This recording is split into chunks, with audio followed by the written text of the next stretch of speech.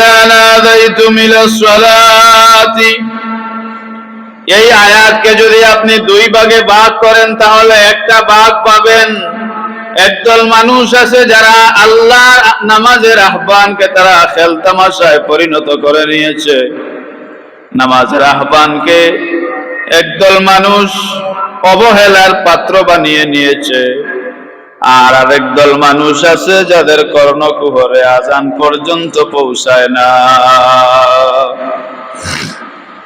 একদল মানুষের কানের মধ্যে আজান পৌঁছায় না, আর আরেক দল মানুষ আছেন যারা আজানকে তামাশা খেলার বস্তু বানিয়ে ফেলছে।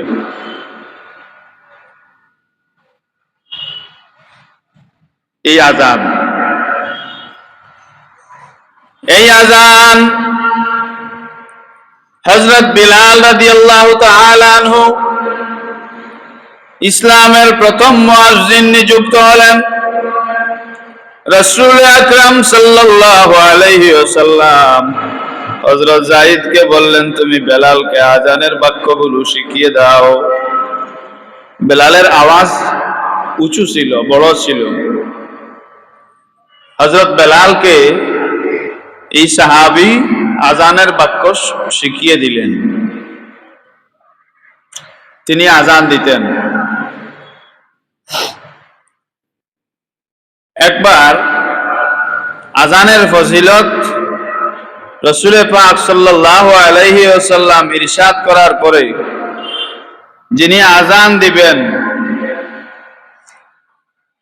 টানা 7 বৎসর যিনি আজান দিবেন কোনো বিনিময় ছাড়া, শুধুমাত্র আল্লাহর ওয়াস্তে, যদি কোনো মানুষ 7 বৎসর পর্যন্ত একাধারে আজান দেন, এই ব্যক্তির মর্যাদা এভাবে বুলন্দ হবে, কিয়ামতের দিন সবার মাথার উপরে তার মাথা থাকবে।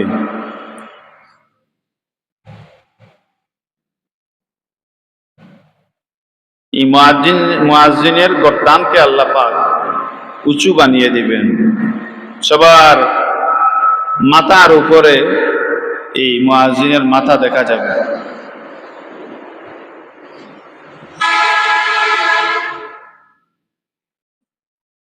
মুয়াজ্জিন যিনি আজান দেন, যিনি আল্লাহর দিকে আহ্বান করেন, তিনি মুয়াজ্জিন।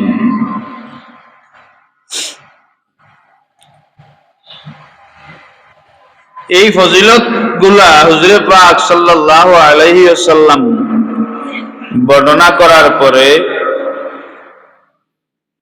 সাহাবায়ে কেরামগণের মধ্যে কিছু আশা আকাঙ্ক্ষা জাগলো। দুইজন সাহাবী, রাসূলুল্লাহর দুইজন সাহাবী, তিনারা বললেন যে আজকে ফজরের আজান আমরা দুইজনের মধ্যে থেকে একজনে দিয়ে দিব বেলালের আগে।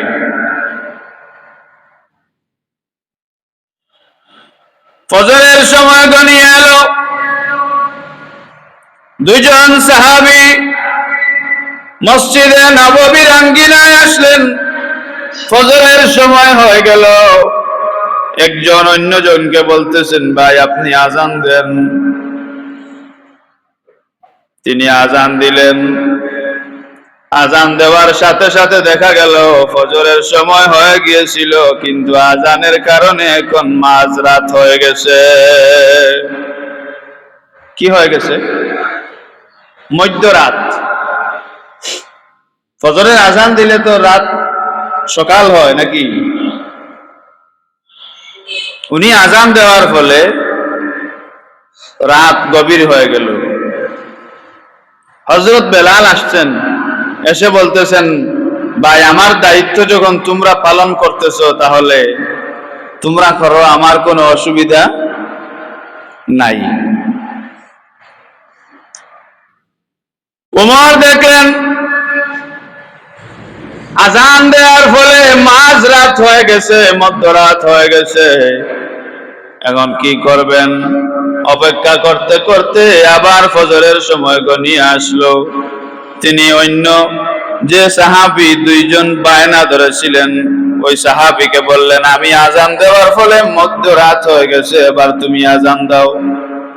তিনি আজান দিলেন। আজান দেওয়ার সাথে সাথে দেখা যায় আবার মধ্যরাত হয়ে গেল। সূর্য আর উদিত হয় না, প্রভাত হয় না, সুবহে সাদিক আর শেষ হয় না। এখন দুইজন পড়ছেন বিপদে, বিপদে পড়ছেন না। রাত আল্লাহ এদিকে সকাল বানাইন আর টান আজান দিয়া মাঝরাত করিলেন। রাত লম্বা হয়ে গেছে না? রাত লম্বা হয়ে গেছে। এখন দুইজনের মধ্যে খুব আলাপ আলোচনা চলতেছে। এখন এই সমাধান কিভাবে করা যায়? দুজন সাহাবীর মধ্যে কারো সাহস নাই রাসূলুল্লাহ সাল্লাল্লাহু আলাইহি ওয়াসাল্লামের দরবারে গিয়ে জাগাবেন, নবীজিকে গিয়ে বলবেন যে আমরা আজান দিয়ে রাত বানায়া ফেলাইছি, লম্বা বানাই ফেলাইছি, আমাদেরকে এখন একটা সুপরামর্শ দেন, ব্যবস্থা করেন।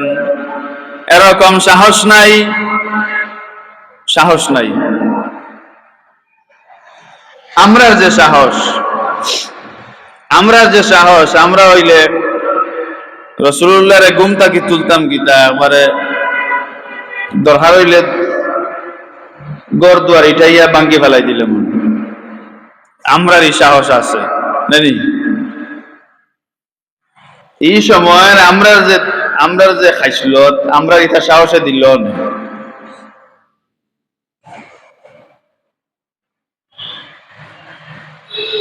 সাহস নাই।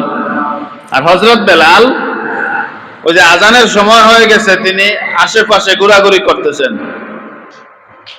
এখন দুইজন দেখছেন যে বেলাল ছাড়া আর কোনো গতি নাই। দুইজনকে বেলালকে ধরছেন, ভাই আপনি আমাদেরকে বাঁচান, আমরা তো আজান দিয়া রাত লম্বা করে ফেলেছি, এখন কি করা যায়? আপনি রাসূলুল্লাহকে গিয়ে জাগান, রাসূলুল্লাহর দরবারে যান, গিয়ে বলেন যে আমরা ভুল করে ফেলেছি, কি করব? আর ওইদিকে জিবরিল আমিন আল্লাহর পক্ষ থেকে রাসূলুল্লাহ সাল্লাল্লাহু আলাইহি ওয়াসাল্লামের কাছে তাশরীফ এনেছেন যে ইয়া রাসূলুল্লাহ, আপনি ঘুম থেকে জাগ্রত হন, ঘুম থেকে জাগ্রত হন। রাসূলুল্লাহ সময় মতো তো ঘুম থেকে উঠতেনই, কিন্তু আল্লাহ পাক রাসূলুল্লাহ সাল্লাল্লাহু আলাইহি ওয়াসাল্লামের ঘুম লাগাইয়া রাখছেন, কারণ এই ফজিলত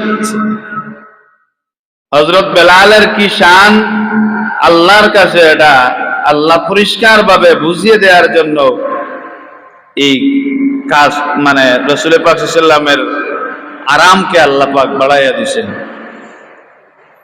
জিবরিল আমিন আসিয়া নবীজিকে জাগাইছেন। নবীজি বললেন, কেন, কি হয়েছে?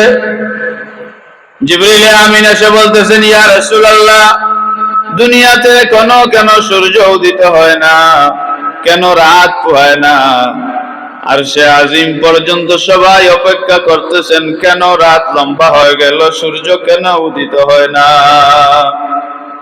আপনি কি সেই খবর রাখেন? এদিকে হযরত বেলাল গিয়ে বলতেছেন, ইয়া রাসূলুল্লাহ, আমাদের সহপাঠী ভাইরা, আপনার অমুক সাহাবী আজান দিয়েছেন, আজান দেওয়ার ফলে ফজরের সময় হওয়ার পরিবর্তে মধ্যরাত হয়ে গেছে। জিবরিল আমিন বলতেছেন, ইয়া রাসূলুল্লাহ, যদি বেলাল আজান দেন না, তাহলে রাত কখনো আর পোহাবে না। সুবহানাল্লাহ। হযরত বেলাল যদি আজান দেন না, তাহলে রাত আর কখনো পোহাইবে না, রাত শেষ হবে না। কেন জিবরিল, কি হয়েছে? অন্য মানুষ আজান দিলে রাত কেন পোহাবে না? জিবরিল বলতেছেন, ইয়া রাসূলুল্লাহ, ইয়া হাবিবাল্লাহ, নবী গো, আপনার বেলালের আজানের অপেক্ষায় আরশে আজিম বহনকারী ফেরেশতারা পর্যন্ত অপেক্ষমান থাকেন। আসমান জমিন লৌহ কলম ফেরেশতা মালাইকা জিন পরি ইনসান সবাই কিন্তু আপনার বেলালের আজানের অপেক্ষা করে। যদি আপনার বেলাল আজান না দেন এই রাত কখনো শেষ হবে না। সুবহানাল্লাহ, এই রাত কখনো শেষ হবে না। হযরত বেলাল রাসূল পাক সাল্লাল্লাহু আলাইহি ওয়াসাল্লামের এই কথা তিনি গিয়ে আজান দিলেন, ফজর হলো, নামাজ পড়াইলেন। এইজন্য বেলালের মুয়াজ্জিনের মর্যাদা আল্লাহর কাছে খুব বেশি। আজান দাতা যদি সেইভাবে আজান দেন আর আজান দিতে যদি উলট পালট হয়ে যায় তাহলে তো এই সওয়াব পাবেন না। এই জন্যে যেভাবে আজানের ফজিলত আছে ঠিক একইভাবে আজানের আপনার কিছু নিয়ম কানুন আছে। নিয়ম কানুন বহির্ভূত আজান দিলে কিন্তু আজানের সওয়াব পাওয়া যাবে না।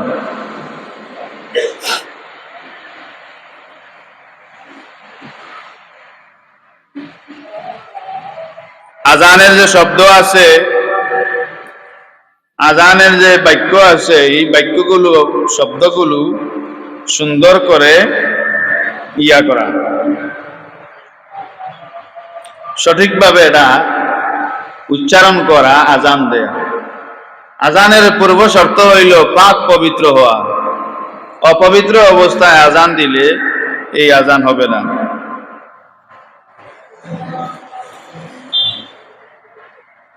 অজু ছাড়া, অজু সহ আজান দেয়া।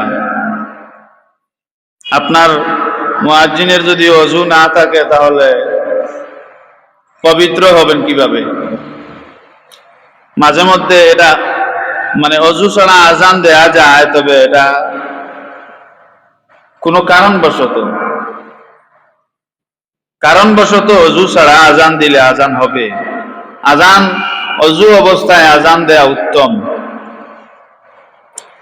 অজু ছাড়া যদি কোনো মুয়াজ্জিন কোনো এলাকায় আজান দেন তাহলে এই অজুবিহীন আজানের কারণে এলাকায় দরিদ্রতা নেমে আসে, গরিবি নেমে আসে। আর অজু অবস্থায় আজান দিলে গরিবি থাকলে সেটা দূর হয়।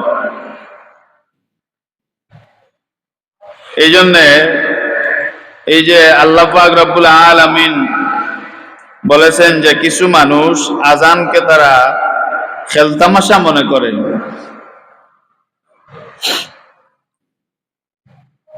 পাক পবিত্র অবস্থায় আজান দেয়া, পবিত্র হয়ে মুয়াজ্জিন সাহেব আসলেন, আসার পরে কিবলামুখী হয়ে কানে দুই শাহাদত আঙ্গুল ঢুকিয়ে আজান দেয়া, বাকি আঙ্গুলগুলো পশ্চিম দিক করে রাখা।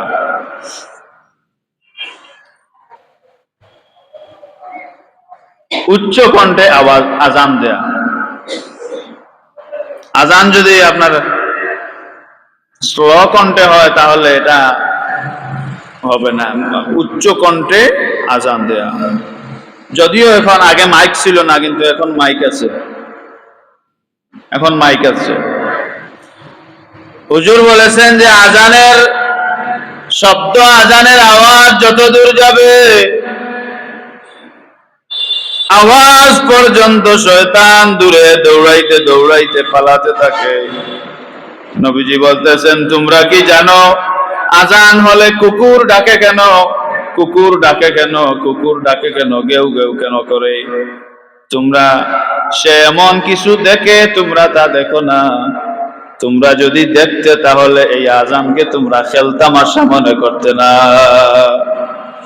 কুকুর কিছু দেখে, কি দেখে? বলে শয়তান আজানের আওয়াজ যত দূর যাচ্ছে তত দূর দৌড়াইতে দৌড়াইতে পালাইতেছে। শয়তান যদি আজানের সাথে সাথে দৌড়ে পালায় তাহলে যে সমস্ত মুসল্লি আজান শুনে নামাজে আসে না, এই সমস্ত মুসল্লিদের ভিতরে কোন ধরনের শয়তান বাস করে? একদল মানুষ আছে না যারা আজান শুনে নামাজে আসে না, এদের কাছ থেকে কি শয়তান পালায় না? তাহলে তো আজানের ধ্বনি দুর্বল, আজান দুর্বল হয়ে গেল না? রাসূলুল্লাহ বলতেছেন শয়তান দৌড়াইয়া পালায়। আজানের শক্তি আছে না নাই? আছে। তো যারা নামাজে আজান শুনে আসে না, তাদের কাছে কোন শয়তান থাকে? শয়তান বোঝা গেল যে এদের কাছে আজান দুর্বল হয়ে গেছে, শয়তান সবল হয়ে গেছে, এরকম না। না, আমি এই যে বলেছি দুই ভাগে ভাগ করেন। একদল মানুষ আজান শুনে তারা খেলতামাশা মনে করে, আর আরেক দল মানুষ আছে যে এদের অন্তরের মধ্যে, এদের কানের মধ্যে আজান পৌঁছায় দেয়। যারা আজানকে খেলতামাশা, উপহাস, খেলার বস্তু মনে করে, তারা হলো কাফির মুশরিক। তারা আজানকে নিয়ে ব্যঙ্গ করবে, বিদ্রুপ করবে। কিন্তু মুসলমান যারা, তারা আজানকে নিয়ে ব্যঙ্গ করবে না, বিদ্রুপ করবে না, খেলার বস্তু মনে করবে না। যারা এই আজান শুনে নামাজ পড়ে, তারা তো নামাজে আসেই। আর যারা আজান শুনেও নামাজে আসে না, এদের কানের মধ্যে আজান পৌঁছায় না। এদের কানের মধ্যে কি হয় না? আজান পৌঁছায় না। তাহলে আজান পৌঁছাইতে হলে তাদের কি করা লাগবে? যে আজানকে সঠিকভাবে উপলব্ধি করা লাগবে, সঠিকভাবে আজানের মূল্যায়ন করা লাগবে। এই আজান সঠিকভাবে মূল্যায়ন করার ফলে তখন মানুষ নামাজের দিকে তারা ধাবিত হবে, নামাজের দিকে তারা ছুটে আসবে। আর এই আশাটা তাদের জন্য, মুসলমানদের জন্য কামিয়াবি হয়ে যাবে। মুয়াজ্জিন সাহেব আজান দিলেন, পবিত্র হয়ে তিনি কিবলামুখী হয়ে কানের মধ্যে আঙ্গুল ঢুকিয়ে তিনি আজান শুরু করলেন। এখন আজান শুরু করার সময় আল্লাহু আকবার, আল্লাহু আকবার হইছে নি? আজান আজান তো সবে আমরা জানি, কিন্তু আজান হইছে না। আল্লাহ হইতে সময় আলিফের উপরে তো খাড়া জবর নাই, যে আল্লাহ হইতে আল্লাহু আকবার। ও শব্দ 4 বার বলা, প্রথমে 2 বার, পরে আরো 2 বার, 2 বার বলে থামা, তারপরে আবার 2 বার। আল্লাহু আকবার, আল্লাহু আকবার। মুয়াজ্জিনরা অনেক ভুল করেন, আল্লাহু আকবার, আল্লাহু আকবার বলেন না। কেন আরো ভুল আছে? আল্লাহু আকবার উল্লানি না, আল্লাহু আকবার রার মধ্যে সাকিন দিয়ে পরে আবার আল্লাহু আকবার বলা। আল্লাহু আকবার, আল্লাহু আকবার, এটা হলো তাকবীরের এই প্রথম 4 বার বলা। দ্বিতীয় নাম্বার তাশাহুদ পাঠ করা, তাশাহুদ, আশহাদু আল্লা ইলাহা ইল্লাল্লাহ, আশহাদু আল্লা ইলাহা ইল্লাল্লাহ, এইটা এই 2 বার। তারপরে আশহাদু আন্না মুহাম্মাদুর রাসূলুল্লাহ 2 বার। তারপরে হাইয়া আলাস সালাহ 2 বার, হাইয়া আলাল ফালাহ 2 বার। তারপরে আল্লাহু আকবার, আল্লাহু আকবার 2 বার। আর এরপরে লা ইলাহা ইল্লাল্লাহ। এই আল্লাহু আকবার রার মধ্যে সাকিন করা, রার মধ্যে যদি সাকিন করা না হয় তাহলে অর্থ পাল্টে যাবে, আজান হবে না, আজান শুদ্ধ হবে না। আজান শুদ্ধ না হলে নামাজ শুদ্ধ হয় না। আজান, নামাজ শুদ্ধ হওয়ার পূর্ব শর্ত হলো যেভাবে পবিত্রতা অর্জন করা, ঠিক একইভাবে আজান শুদ্ধ হওয়া। আজান আপনার ঠিক হলো। হাইয়া আলাস সালাহ বলার সময়, হাইয়া আলাস সালাহ বলার সময় ডান দিকে আপনার চেহারা ফিরানো, চেহারা। যদি কোনো মুয়াজ্জিনের বুক সিনা ফিরে যায় তাহলে আজান কিন্তু হবে না, আজান ভুল হয়ে গেল। আজান বারবার বলতেছি যে আজান ভুল হলে নামাজও ভুল হবে। যদি কোনো মুয়াজ্জিনের সিনা ঘুরে যায়, আজান হলো না। চেহারা ঘুরবে, মুখ মন্ডল ঘুরবে, কিন্তু বুক ঘুরবে না, সিনা ঘুরবে না। হাইয়া আলাস সালাহ বলার সময় ডান দিকে চেহারা ফিরানো, হাইয়া আলাল ফালাহ বলার সময় বাম দিকে চেহারা ফিরানো। কোন অবস্থায় সিনা যদি ঘুরে যায় তাহলে আজান কিন্তু শুদ্ধ হবে না, আজান হবে কিন্তু শুদ্ধ হবে না। আচ্ছা, তারপরে আজান হলো, আজানের বাক্যের মধ্যে অক্ষরের তালাফুজ সঠিকভাবে উচ্চারণ করা, হার জায়গাত হা, তার জায়গাত তা, জি যেটা রার জায়গাত রা, যেটা যেখানে আসে সেখান থেকেই উচ্চারণ করা। সঠিকভাবে যদি উচ্চারিত না হয়, আশহাদু আল্লাহ ইলাহা ইল্লাল্লাহ, আশহাদু আল্লাহর জায়গায় যদি এই ছোট হার জায়গায় যদি বড় হা উচ্চারিত হয়ে যায় কিন্তু অর্থ পাল্টে যাবে। এজন্য অক্ষরের তালাফুজ সঠিকভাবে উচ্চারণ করা। আজান শুধু দিলেই হয় না। আচ্ছা, আমরা সবাই হয়তো পারি আজান দিতে, কিন্তু আশহাদু আন্না মুহাম্মাদুর রাসূলুল্লাহ, আশহাদু আন্না মুহাম্মাদুর রাসূলুল্লাহ এই আজানের বাক্যের মধ্যে আমরা সকলেই জানি রার আগে পূর্বে যদি জবর হয় কিংবা পেশ হয় তাহলে এই রা পুর হয়। রার আগে যদি জবর কিংবা পেশ হয় রা পুর হয়। রা যদি তার আগে মানে জের হয় তাহলে রা বারিক হয়। কিন্তু আশহাদু আন্না মুহাম্মাদুর রাসূলুল্লাহর আজানের এই রাসূলুল্লাহ মুহাম্মাদুর রাসূলুল্লাহর এই রা পুর হবে না বারিক হবে। মুহাম্মাদুর রাসূলুল্লাহর আগে কিন্তু দুই জবর, বাহ্যিকভাবে আমরা দেখতে পাই যে এই রা পুর হবে, কিন্তু এই রা পুর নয়, এটা বারিক হবে। আশহাদু আন্না মুহাম্মাদুর রাসূলুল্লাহ। এটা দুইটা ইতিহাস আছে, এটা অনেক লম্বা, আমি এটার দিকে যাচ্ছি না। আশহাদু আন্না মুহাম্মাদুর রাসূলুল্লাহ। আচ্ছা, আজান হয়ে গেল।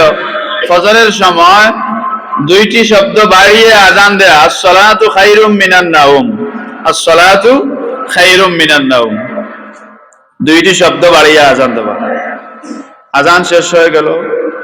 একামতের সময় আসলে একামত একইভাবে দেয়া, কিন্তু একামতের সময় দুইটি শব্দ বাড়িয়ে বলা, কাদ কামাতিস সালাতু, কাদ কামাতিস সালাহ, কাদ কামাতিস সালাহ, এটা বলা। এখন আজানের যে জবাব আছে, আপনি মুয়াজ্জিন আজান দিলে আজানের পরে একটা বাক্য বলার পরে এই পরিমাণ সময় আজানের অন্য বাক্য বলার পূর্বে তামা, যেন শ্রোতাগণ জবাব দিতে পারে। আশহাদু আল্লাহ ইলাহা ইল্লাল্লাহ বলার পরে কিছু সময় তামা, যেন শ্রোতাগণ জবাব দিতে পারে।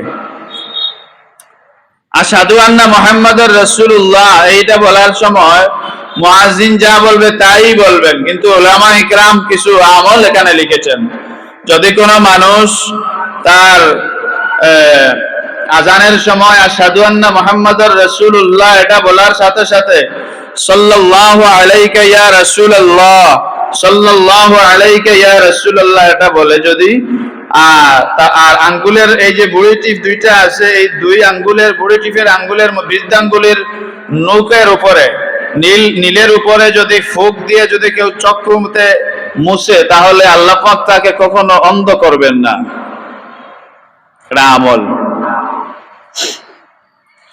তাকে জীবনে কখনো কি করবেন না, অন্ধ বানাবেন না আল্লাহ। এটা আমল করা আজানের সময়।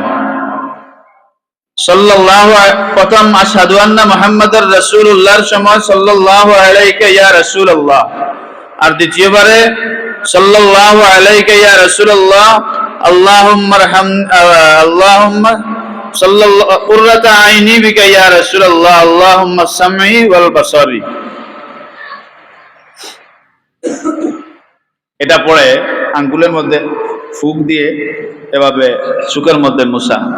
হাইয়া আলাস সালাহ বলার সময় লা হাওলা ওয়ালা কুওয়াতা ইল্লা বিল্লাহ, হাইয়া আলাল ফালাহ বলার সময় লা হাওলা পুরোটা পড়া লা হাওলা ওয়ালা কুওয়াতা ইল্লা বিল্লাহিল আলিয়্যিল আযীম। আর যখন মুয়াজ্জিন ইকামত দিবেন কাদ কামাতিস সালাতু কাদ কামাতিস সালাহ, আযানের জবাব দেয়া লাগে, ইকামতের জবাব দেয়া লাগে না? লাগে। ইকামতের জবাব দেয়া, যখন মুয়াজ্জিন কাদ কামাতিস সালাহ বলবেন তখন জবাব দেয়া আকামাল্লাহু আদামুহা, আকামাল্লাহু আদামুহা, আকামাল্লাহু আদামুহা। মুয়াজ্জিন যখন ফজরের সময় as-salatu খায়রুম মিনান নাওম বলবেন তখন কি জবাব দেয়া? সাদাক্তা ও বারাকতা, সাদাক্তা ও বারাকতা। আযান শেষ হলো। মানুষ দুই রকম, কিছু মানুষ আযান শুনে মসজিদে আসেন। আমি গত 2 দিন আগে খেয়ে বলছে আমারে যে চিটাগাং না কোন জায়গায় এক মসজিদে ইমাম সাহেব জুমার ঘোষণা দিছেন যে ফজরের সময় তো মুসল্লি সব মসজিদেই কম, পুরা বাংলাদেশ বললেন সব মসজিদে কি ফজরের সময় মুসল্লি কি থাকেন? কম থাকেন।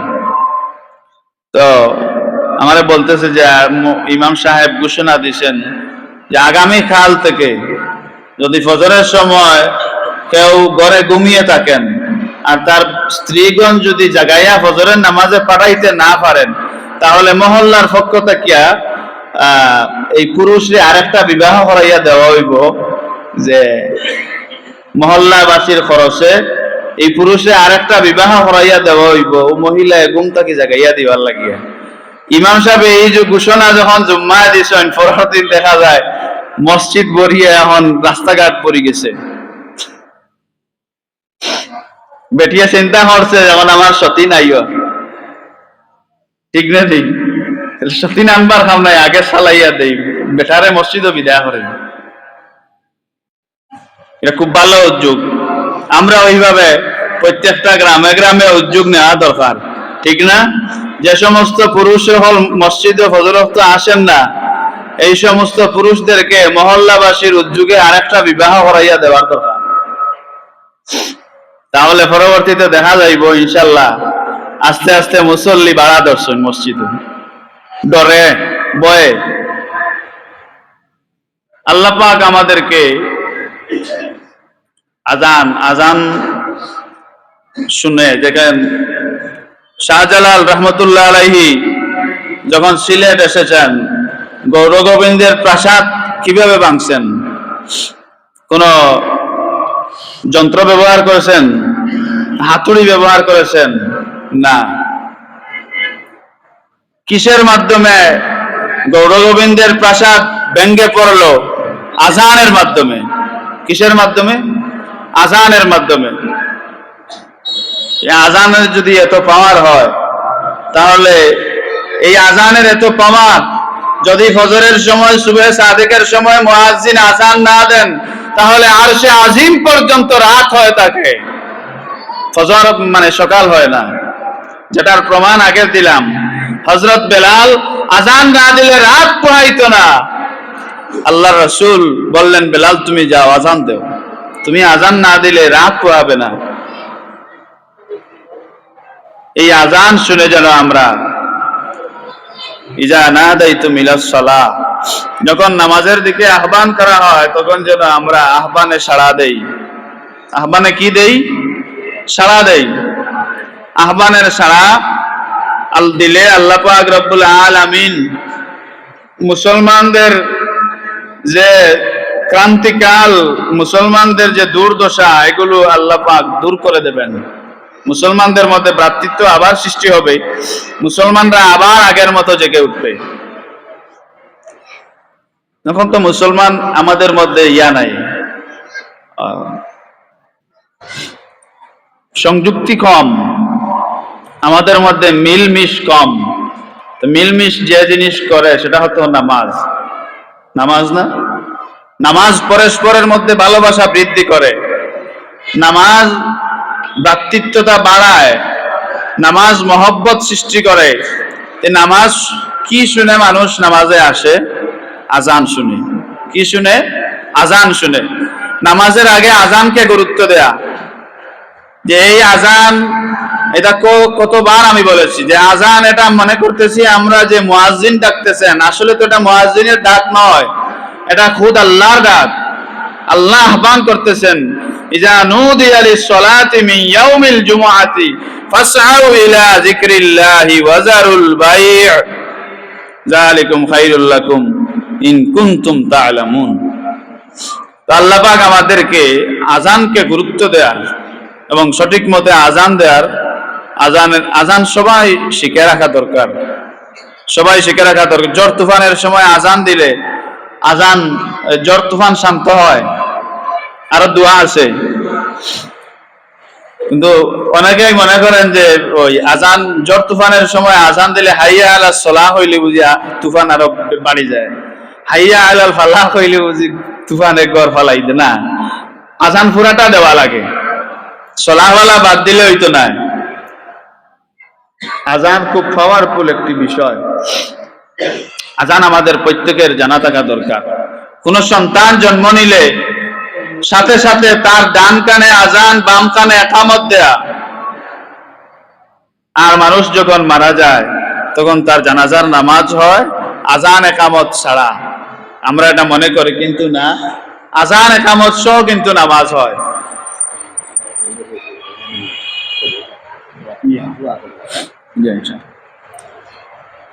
তো নামাজ হয়, এই কথাটা চিন্তা করা, যে আমরা শুধু মনে করেন মানুষের মুখে শুনি কিংবা ফেসবুকে দেখি বা কিংবা অন্য কোনো ভিডিওতে আমরা দেখি যে মানুষের প্রথম গোসল, শেষ গোসল মানুষ নিজে হাতে করতে পারে না, অন্যের হাত দিয়ে করা হয়। মানুষের প্রথম আজান এবং একামত নিজে দেয়া হয় না, নামাজটাও, শেষ নামাজটাও নিজে পড়া হয় না। এটা আমরা শুধু শুনে থাকি, কিন্তু আমরা আমাদের দিল পর্যন্ত সেটা পৌঁছায় না। এটা দিলে জায়গা করে নিতে হবে যে আমার তো আজান আর একামত হয়ে গেছে, শুধু নামাজের বাকি আছে। আর প্রত্যেক জীবনের এই শুরু নামাজকে, আমরা যারা ফজরের নামাজ পড়েছি বা এখন আমরা জুমার নামাজ পড়বো, এই নামাজকে আমাদের জীবনের শেষ নামাজ মনে করতে হবে, শেষ নামাজ। আল্লাহ পাক আমাদেরকে তৌফিক দান করুন। আল্লাহ পাক আমাদেরকে তার হুকুম আহকাম মেনে চলার তৌফিক দান করুন। ওয়া আখিরু দাওয়াহুম আনিল হামদুলিল্লাহি রাব্বিল আলামিন।